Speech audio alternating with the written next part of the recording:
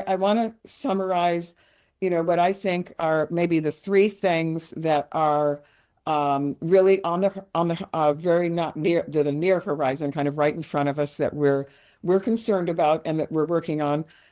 One is a freeze on award funding. So are new proposals going to get funded, and will prior awards receive their money? That's the question. There was a freeze. The second is a reduction in indirect cost rates from the NIH. That was requested. And the third was reduction in workforce in the federal agencies, the science federal agencies.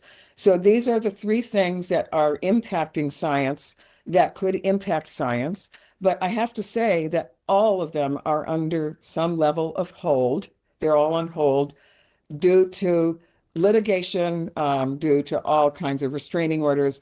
So as this space is explored, both by all levels of the government, there are three branches of government. They're all exploring this space, and as a result, the freeze on award funding has not taken place. Awards are coming through. We've gotten awards here at MBL. NSF and NIH are paying back their invoices that we send to them. The indirect cost rate that was reduction has not gone into effect. There has been a reduction in workforce, but there's also been a return to work. So some of that workforce. So we're in a volatile, changing environment. But I want to say that it is, we're still open for business. I was just talking. I was at my main scientific conference for my research area this weekend, and talking to the NSF people who couldn't travel. My former colleagues, they couldn't travel because travel is on hold, but they joined the meeting by Zoom, and they said to the entire conference, we are open for business. So that's one of my messages. I want to spend 1 minute or so on talking about this issue, the reduction in indirect cost rate, just to clarify a few things, help you understand if you may know fully what IDC is, but I think as scientists, it really is important for us to be fully informed, so that we know what's happening, and also so we are a voice piece as scientists to the public. So if someone asks you, so what does this mean? There's a reduction in IDC, and what's IDC? It's really important to me that everybody know. You all know what that means. So I want to take a minute to go through that. Again, I would ask for questions because I'm sure this topic triggers a lot of questions, but I want to talk about what indirect cost rates are before we move forward. So indirect cost rates are also called F&A, and I share this document which uses the term F&A, which stands for Facilities and Administrative Costs, exact same thing as indirect costs. And this is a kind of an explainer that was put forward by the American Association of Universities, by the American Association of Independent Research Institutes, of which MBL belongs. And it basically explains exactly what indirect costs are. So this is a little small, this picture. You'll get this PowerPoint. You can look at it. But what I've done is to first provide a little information, and then I'm going to summarize the indirect cost rates, what they actually are and what they cover. And I want to make sure everybody understands that these cost rates are negotiated between the institution and the federal government. The institution doesn't just decide how much they want to charge as their IDC. It is negotiated based on the cost of running science, running research at the institution. They tend to vary between 40 and 75% for most institutions. The variance is decided by the government. Well, if ours happens to be 71.5 at MBL, other institutions it's 45. It can vary. But that is negotiated with the government. And why? Why are there these indirect cost rates? Because the federal government supports research. That's what their goal is. In every grant, there are the direct costs.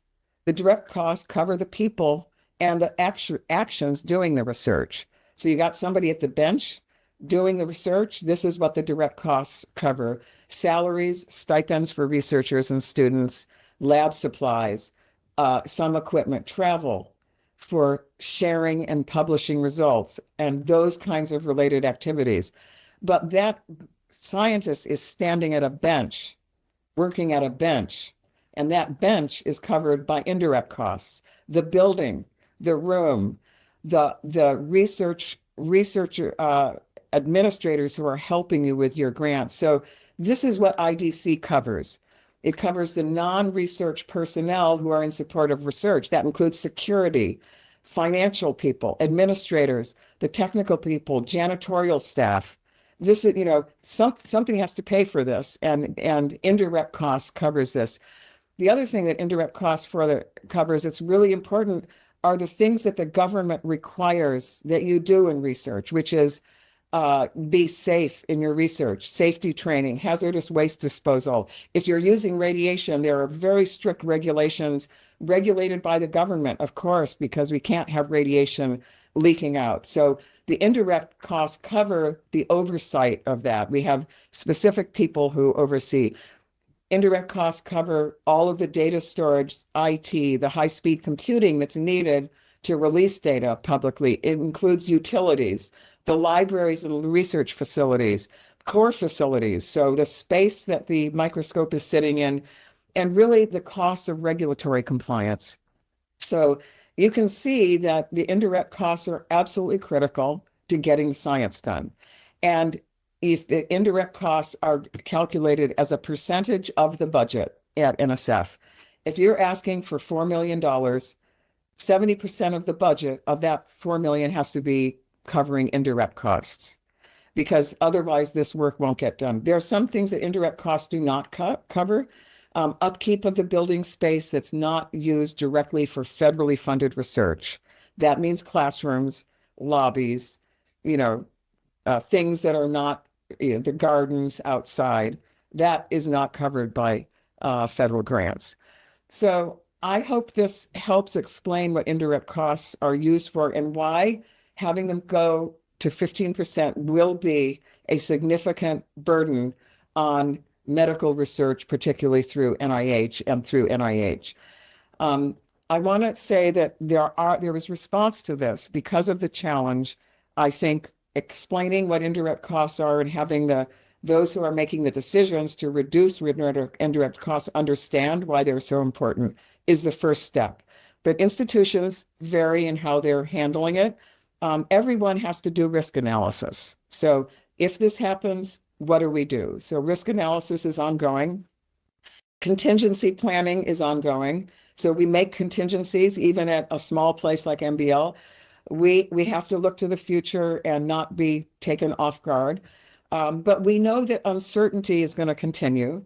We also know that things are on hold. And we also kind of trust in the three separations of power of our government, that there will be some oversight of what happens. And so therefore, everyone doing the work needs to be patient. And, those of you doing the work need to be patient while the administrators are doing the risk analysis and the contingency planning. You need to do that for your own lab to a certain extent. But my view is that, we live in a very uncertain time right now, but it's always been uncertain, actually. The famous phrase at NSF, we never tell people they get an award without also saying pending availability of funds. I mean, you may never have noticed this, but everybody who works in research, if you get an award, it always says pending availability of funds, because there is always uncertainty. Right now, there's more uncertainty because of the churn between requests from the administration and responses in litigation.